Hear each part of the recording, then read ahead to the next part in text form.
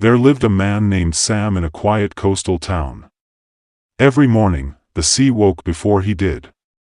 Waves folded into each other like breathing lungs, steady and patient. Sam would sit on the edge of his bed, listening, already thinking about everything that might go wrong that day.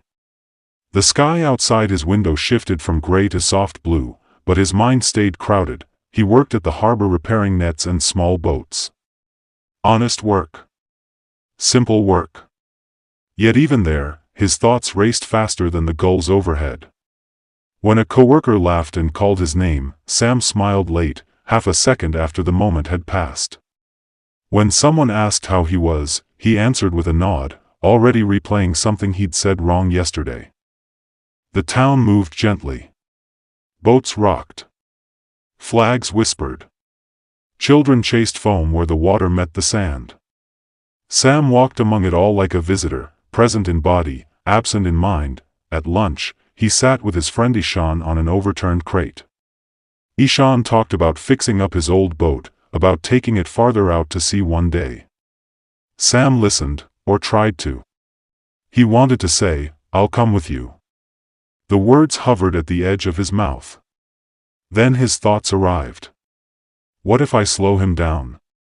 What if the sea turns rough? What if I ruin it? By the time Sam looked up, Ishan was already standing, lunch over, moment gone. Sam watched him walk away, the unspoken words sinking like a stone.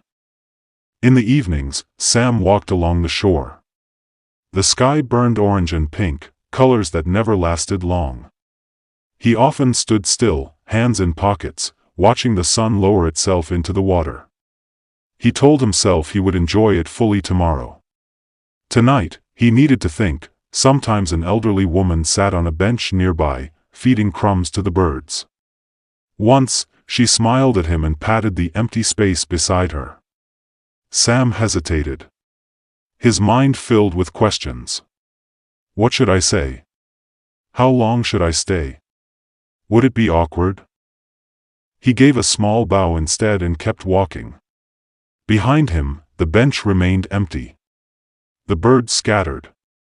The sky dimmed. At home, rain tapped softly on his roof.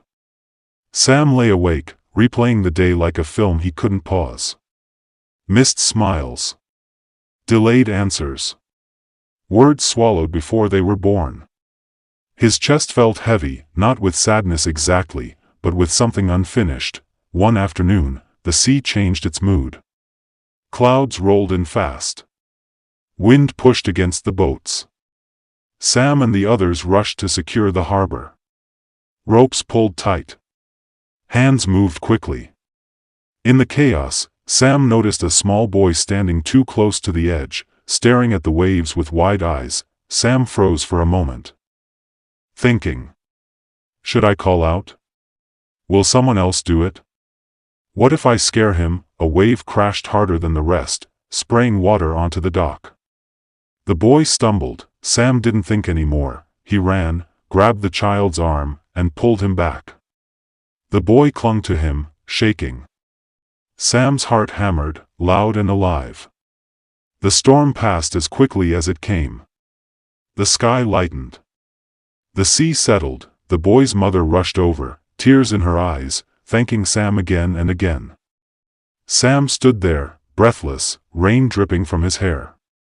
For once, there was no replay in his head.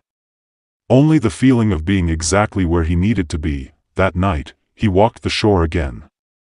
The sand was cool. The waves were calm. He realized something that stopped him mid-step. All the moments he'd saved for later had never waited. They had simply moved on. Days later, Sam heard that the elderly woman who fed the birds had fallen ill and left town to stay with family. The bench sat empty now, paint peeling, crumbs untouched. Sam sat there for a long time, hands clasped, feeling the weight of all the words he never shared. The realization came quietly, like the tide turning. Life wasn't rushing him. He was the one standing still. The next morning, when Ishan talked about the sea, Sam didn't let the thoughts line up. He smiled and said, "I'll come with you."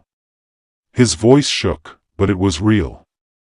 Ishan grinned, surprised, and clapped his shoulder. When a neighbor waved, Sam waved back, fully.